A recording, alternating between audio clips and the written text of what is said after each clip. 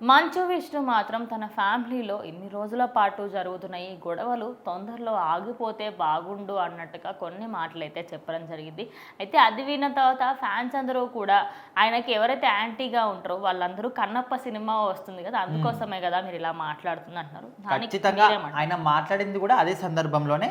ఇప్పుడు మనకు సినిమా తొందరలోనే రాబోతుంది కాబట్టి ఈ సినిమాకి సంబంధించిన ప్రమోషన్స్లో భాగంగా ఇంటర్వ్యూలు అవన్నీ కూడా జోరుగానే చేస్తూ ఉన్నారు.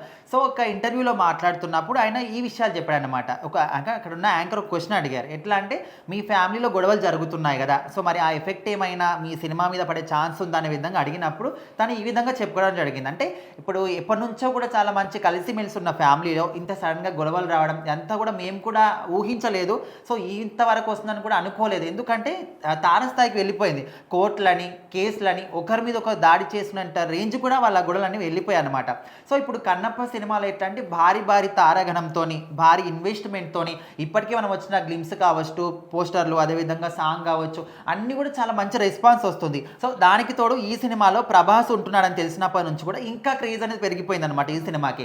ఎందుకంటే ఇక్కడ మంచు విష్ణు కోసం చూస్తారో లేదా పక్కన పెడితే ప్రభాస్ కోసం మాత్రం ఖచ్చితంగా చూస్తారు. సో ఆయనకు ఒక 5 నిమిషాలు ఇందులో క్యారెక్టర్ ఇచ్చారని, ఆయన కోసం ఒక స్పెషల్గా ఒక సాంగ్ కూడా పెట్టారని, సో ఇట్లా రకరకాలుగా వినిపిస్తున్నప్పటికీ ఆయన క్యారెక్టర్ పేరు కూడా రుద్ర అని కూడా తెలుస్తుంది, నంది క్యారెక్టర్ పోషిస్తున్నాడని. సో ఈ విధంగా కొన్ని అప్డేట్స్ కూడా బయటకు వచ్చాయి. సో ఎప్పుడైతే ప్రభాస్ గురించి బయటకు వచ్చిందో కన్నప్ప సినిమాలో అప్పటి నుంచి ఇంకా ఎక్కువ అంచనాలు అనేవి పెరిగిపోయాయి అనమాట.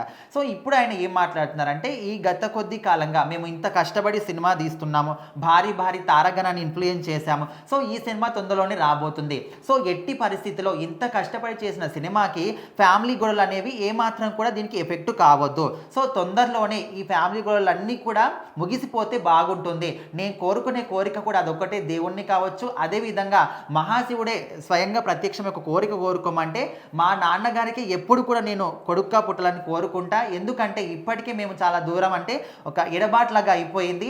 మా పిల్లలు ఖచ్చితంగా మా నాన్నగారు మా అమ్మగారు వీళ్ళ పర్యావరణంలో పెరగాలి. ఎందుకంటే ఆ వాతావరణం అనేది ఖచ్చితంగా వాళ్ళకి అలవాటు కావాలి.